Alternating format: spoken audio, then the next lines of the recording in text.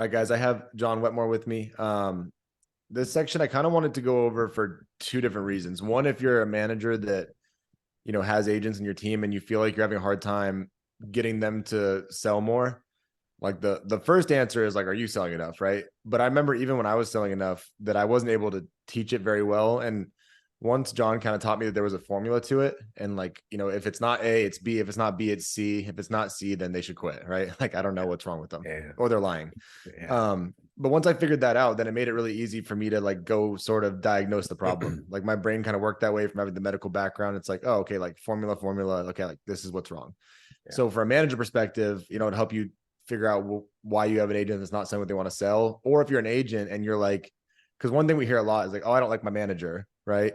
But I've always thought that if you're someone who goes, I want to switch teams, and you're kind of a punk, because a lot of people have managers they didn't like, right? You didn't, I didn't. Everyone has had or not they didn't like, but didn't help them, right? Yeah. So this will also be a way where you could diagnose yourself and try to figure out where the issue is. So we could probably talk about this stuff for like literally 3 days, but we'll try to do 10-minute version on, how to, I'm not selling what I want to sell. How do I figure out where my problem is? And I'll turn it over to you, dude. I appreciate it, bro. And appreciate everything you're doing for everybody, the team, the company. It's been fun watching you. So enjoy being part of it now. And, it's like I overcomplicated this thing at the beginning too, and I was trying to learn how to be better. And I'm going to preface, I'm not saying you shouldn't get better at the things I'm talking about right now, but I always at the beginning, man, I was so caught up on the perfect script and the perfect, area to run and the perfect lead vendor and the perfect time to call someone. And, I was so focused on this stuff, but I wasn't running enough appointments that even if I found the perfect of all those things, it wouldn't have been, looking back, I eventually figured out it wouldn't have been insanely profitable anyway, even if I were like elite level closing on a minimal amount of the effort that I was putting in. And I think a lot of people can relate to it because I was like the average agent for the first couple of years, as given, the story, because you've heard it 18,000 times. But, I think that what I've learned, man, is one, I think keeping this thing really simple helps. I think if you're a manager, setting expectations up front about all this stuff really makes what I'm about to say a lot easier, right? Because I think when a mistake people make, and I made as well, is not bringing this stuff up until after the person has a problem. If that's the first time you're talking about this, it's probably really bad. You know what I mean? So it's like, for me, if I'm having a conversation after an agent is struggling, it's more of like recollection of an original conversation we already had, and they're not following suit, right? So it's an easy conversation because I can be like, just like in-home, like, hey, remember when we talked about this? Same concept. I can be like, hey, you're having a problem. Remember this? We talked about that. You're doing what we said not to do. It's a way easier conversation than bringing up for the first time what the problem is. If I talk about it from a simplicity level, I've just kept it really simple. And I've learned that it's either leads, work, or training. That, like, you have to have all three. And I've learned if you're missing any one of them, this doesn't work. Meaning if you don't have enough leads, you can't do enough work to be successful. If you have enough leads and you don't work, it's irrelevant. You could have the best secret lead on planet Earth. If you don't put in the work, it's pointless. And then you could have a bunch of leads and do a bunch of work, but if you don't know what the heck you're doing, you know what I'm saying? It's like, you'll make some sales, but it's really inefficient, especially in the long run. I'm all about people putting in hard work and having leads at the beginning when you don't know much. You have to. But if you're here 6 months, 9 months, 12 months, 18 months, 24 months, 3 years, and you don't know product, I'm like, what? Yeah. Like, you know what I'm saying? Like, after a couple months, man, there's no more excuses to not know the basic level stuff. At the beginning, it is what it is. So I've learned to really categorize those three things. And then from those, I think I got really good at setting expectations when I was talking to an agent up front and I had to define what those things meant, right? Because enough leads is different to everybody. It's a very subjective thing at the surface level, and I think I ask this at every meeting I go to now to the people that say they're struggling. And I'm like, how many appointments do they say to run to be successful? Minimum. Like, what's the answer? Dude, I never hear less than 30. Yeah. And I'm like, but do you run less than 30? They're like, yes. And I'm like, so where's the confusion? Right. Now, if you're running less than 30 and you're killing it, we're not talking to you. No one cares. Does that make sense? Like, but if you're struggling and you're not.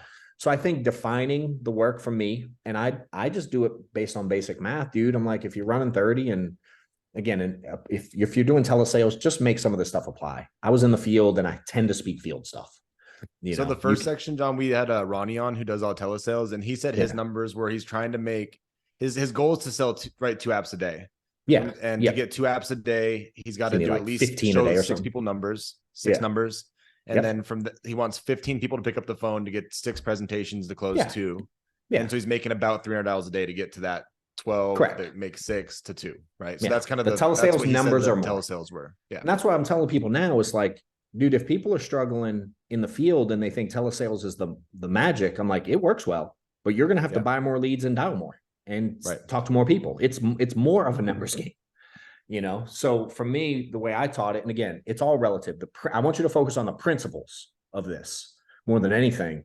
And it's like, for me, if I was in the field scheduling 30 appointments and we drove and flew all over God's green earth to make it happen, I would probably sit 20 on average. If I sat 25, it'd be a miracle week. And if I sat 15, I did something really bad that week, but it happened. But my average was about 20. And if I sit with 20, I'm going to pick up 8, 10, 12 apps. A crappy week, I'll pick up 3 or 4. It happened every once in a blue moon, but I can schedule 30, sit 20, pick up 10 apps in the field, old school, the way we sold all day long. The concept applies. I would use his numbers that y'all just heard because I didn't do it that way. So I don't know the formula, but the formula is the same. And the time is the same because we had to drive a lot. If you're sitting at home, you got more time to dial and you got more time to talk to more people. And again, the turnover rate is higher in that case because they can just hang up on you. Tell us it's a different game. But the law of large numbers still applies. And if you're only putting in small numbers, no matter what you do, it doesn't work. So what I always defined, and I like his numbers, I would define how many phone calls. And again, for me in home, I'd spend an hour with a client.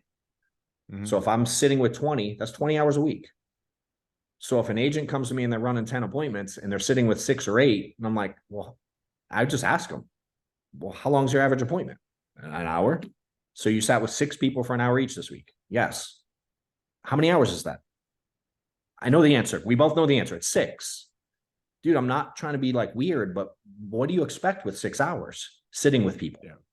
How good do you have to be to really make a great living on that little hours? And you can make the numbers are the same. So whatever it is, what was it? You said he had how many to present 6? Get 2, present 6, at least 15 talk people to 15. That would, 15 people he'd start appointments so with. Still 300 dials. 15, right? 300 dials. So again, if a dial, the dial's a dial, no one's confused for me to call you and it ring and go to voicemail. If most people don't pick up, it's a minute. Yeah. If they pick up and you have a conversation, obviously it's longer. But I'm like, if you're making 300 dials and 15 pick up, again, 60, 120, 240, 300 minutes. It's 5 hours. Yep. So if you're doing under 300 dials in a day, you're literally part-time. Mm-hmm. Right? Like says the hours. Even if you spread it out over 12 hours. And Ronnie, who was on the first part, John, he said, I'm part-time because he still owns a restaurant that he manages. But he was like, but he sells 50 apps a month. So he works 40 hours a week, but he calls it part-time because he's used to previous. He said that he, for the last 5 years, had not had 2 consecutive days off in the last 5 years because he's working in the restaurant industry. Yeah. And he missed his kids growing up a little bit.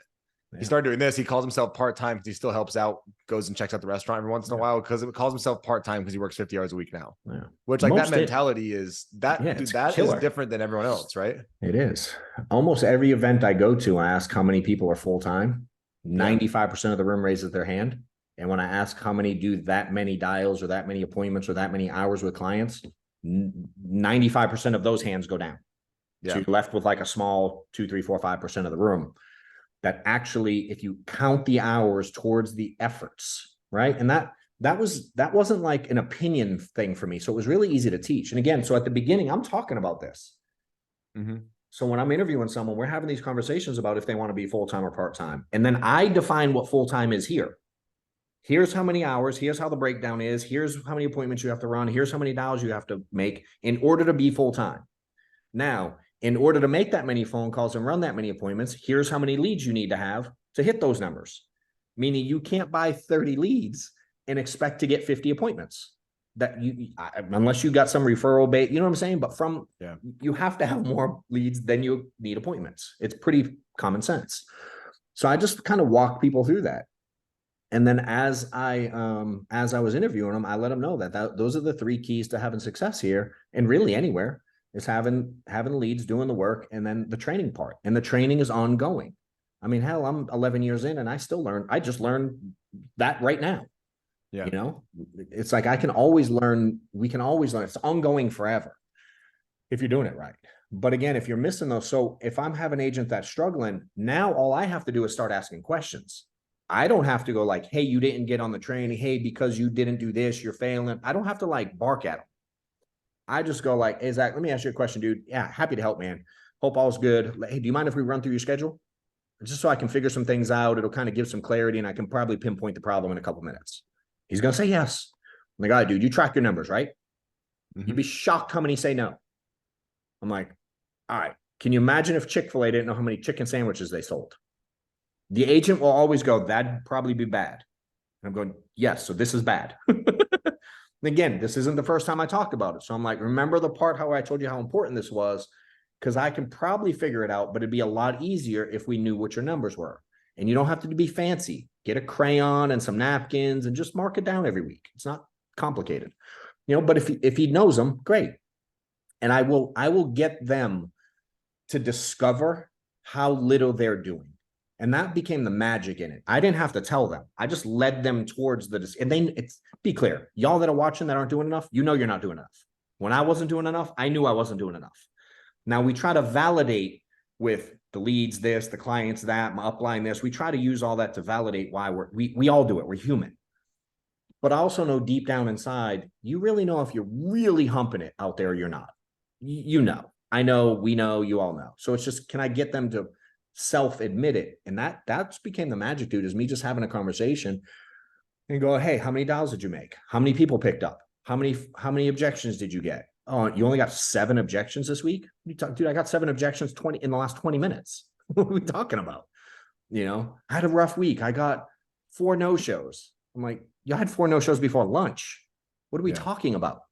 You know, and it's kind of recalibrating what they think is a lot, starting from the beginning, defining it, and then putting people in buckets. And if people want to be part-time, amen.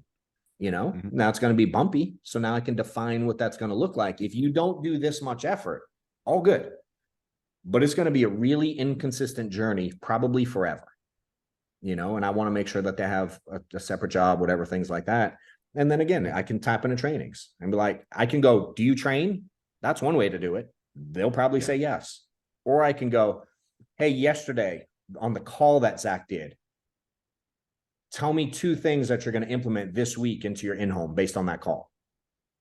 When they go, they didn't listen. Now, what's the downside?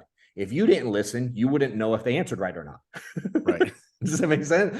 So even when I knew how to sell a bunch, I was still getting on the trainings to know what was being trained on so I could have those conversations with the agents, you know, and I would text all the agents. I'm sure I text you, dude. Hey, give me 3 things you learned from the TNL today. Hey, give me the 3 things you learned from the manager call today. Hey, what'd you implement this week from the training call about annuities? And I was always doing that type of thing to encourage that, making these 3 things, leads, work, training, really normal. And if you didn't do them, what the expectation would be, you know. And then to touch on the other point about if you're whatever with your manager, I mean, dude, I was 4 deep from the guy that mentored me for the entire time here. You know, some know him, some don't. I don't, you know, but Mike was awesome for me, but he didn't hire me, you know. And so it's like, I found someone who was doing what I wanted to be doing, and I sought him out and I got around him and I got in the room and I would ask questions. But most importantly, when he said to do something, I would do it. And then I would get back to him and I'd be like, yo, I put this in place. You told me to try this week. I did it and it worked. I appreciate it.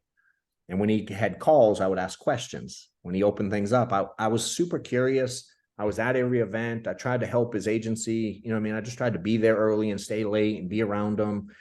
And there's always someone here to help.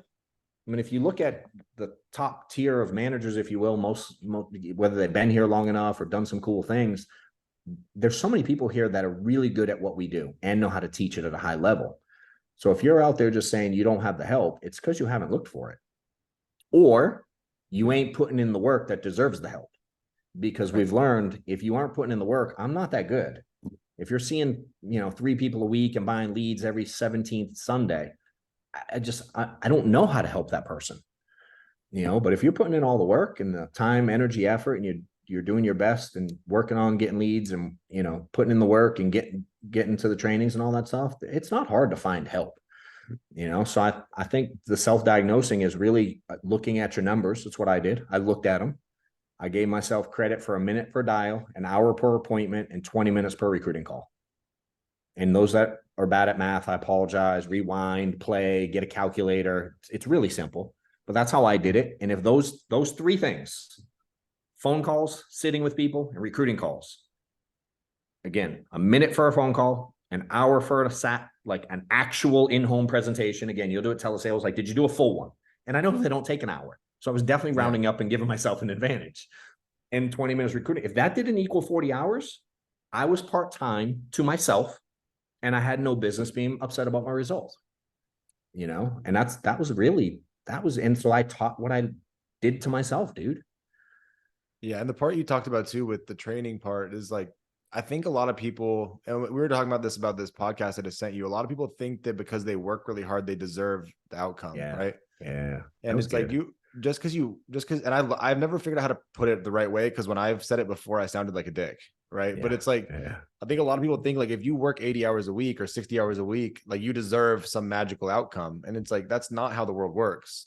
It gives you a better chance, but the only way to guarantee the outcome is if you're constantly looking at what's happening and going, okay, this is where I screwed up here. Like, who can help me get to the next step, and analyzing it. Cause I think a lot of people think they can just get there with brute force. Yeah. And it works for a while. Cause I've done that before. It works for a minute, but until you stop, slow down, and take an inventory of what you're doing and what's working and not, and then figure out who can help you, it's really hard to get that next level. So that's the other part with training is like, yes, work your butt off. Yes, ask for help, but like, be honest with yourself and try to figure out where your flaws are and who can help you get better at them.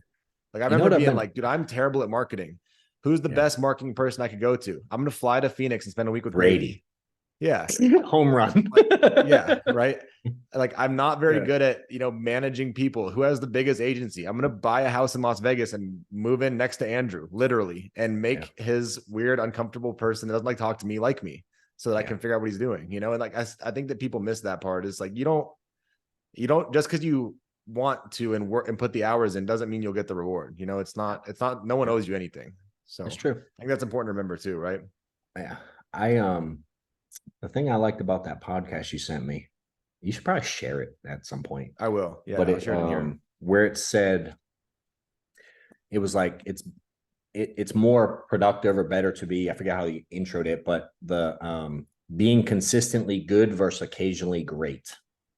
Yeah. And how beneficial that is in the long run. Yeah. Like, he runs around a 100-mile race and consistently good over like, part of it. He crushes these races, and he says, I forget how many laps that was. It was like a 4-mile loop. 4-mile loop. So however many that at 28, 25, whatever the number is, 25 plus. I think he did 100 plus miles.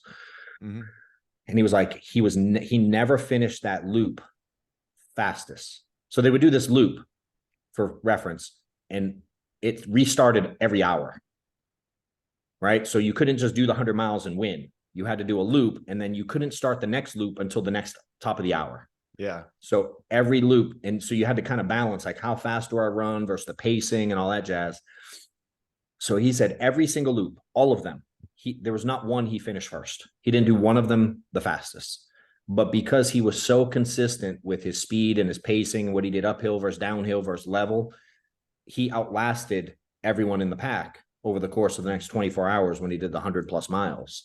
And it was just about being consistently good at each portion of the track versus killing it at the beginning, which happens a lot. You see people come out and they sprint and they run their face off, and they disappear for a week or 2 or 3 or 4, and it's the other thing I want to say. I've been asking people this a lot, and it touches on what you said. And I love the reactions I get. And I don't know, I started thinking about it. I don't know where I heard it a few months ago, and I just started implementing into our space. And I'm like, imagine if what we do because Killamet always taught me, if you want to be paid like a professional, you better act like a professional. I definitely stole that from him. He used to tell me that all the time. So What I started thinking about is, imagine if this were like a sport, right? No one's confused that you can work your face off in sports and be really well. And like you said, you don't necessarily deserve anything. Maybe you don't get drafted, or maybe you even do get drafted and you just don't make it. And that's not your career, but we all understand how hard people work to make it in a professional sport anywhere, right? Like the what it takes to get there, the amount of study and film work and focusing on your health and your diet, off-season work, and you're doing more than just when you're playing. If the only time you're focused on your sport is on Sunday afternoon when you have your football game, you're probably not really any good, right? And so think about like the process of before someone gets drafted and all the things that any team looks at in all these players. There's a zillion players. How many people can catch a football and throw a football? There's very few that are like, oh my God, he's going to be elite. Most are in the same pack, relative. So they're looking for a lot of intangibles, right? How well they study, how they speak to people, what they do on weekends with their family. They're looking at all these intangible things. And I'm like, imagine if here there was a draft, the life insurance professional draft, and we had to pick you based on all the intangibles you bring to the table. Would you be drafted if there were a draft to get into this? Yeah. Based on all the things you do when you ain't sitting with clients. You know what I mean? And dude, everyone that I asked that, they're like, that's failing and struggling and having a hard time and figuring. And when I pose it that way, so far, I've been doing it for like 3 or 4 months. 100% of people ask that question too. They go, no chance. I'm like, all right, so where's the confusion? Yeah. You want professional type money and professional type. People want to be able to go out and walk their baby around every night and have a good time. You know what I mean? Like, they want that life. And they should have that life. But dude, you put in the work, bro, for years to be able to afford that life, and if there's any confusion, Zach would definitely be drafted. Dude, it was funny. Yesterday, Calvin was telling me, he was talking to a few people and he was like, I didn't know you got fat for a while. And I was like, yeah, dude, it's funny, but I didn't give about getting fat because, and this is where some people are confused. Like, dude, I was so focused on this. I wasn't confused that I was fat. I saw myself in the mirror every day, but I didn't give a shit. Yeah. I was like, dude, I'll get skinny later. I'll have time later. When I have money, I'll get skinny, and I still work a lot now, but I'm like, dude, I didn't care then. Yeah, I was having Chick-fil-A 3 times a day. Yeah, I was fat. Yeah, people were probably talking crap, but I didn't care. It didn't matter to me because there was priorities, right? And am I saying that's the right way for everyone to do it? I don't know. But for me, I was like, I'm willing to sacrifice sleep, some of my health, and some time now to get it all back later, Yeah. And I agree. Like, they were poking fun of me. I'm like, well, it worked. So me and Amanda saw that picture yesterday. Literally yesterday. We were going through some stuff, getting ready for good though. Yeah. Hey, I have my fat picture too, bro. We should share them tomorrow. And I bet your fat picture was right when you were in the same phase too, right? And it was 100%, dude. I was Chick-fil-A too. Man, I would get that number 2 spicy chicken deluxe with I'd get 2 fries and a large lemonade. I'd kill it. Yep. So but it was worth it, at the time. So it was. Cool, dude. Well, hey man, I appreciate it. I appreciate the time you spend on here with us. And I'm sure we'll definitely have you back on because we could go for hours and hours, but we'll let everyone wrap up now. Right at an hour. So appreciate y'all jumping on. John, thanks as always, dude. You got it, bro. Later, guys.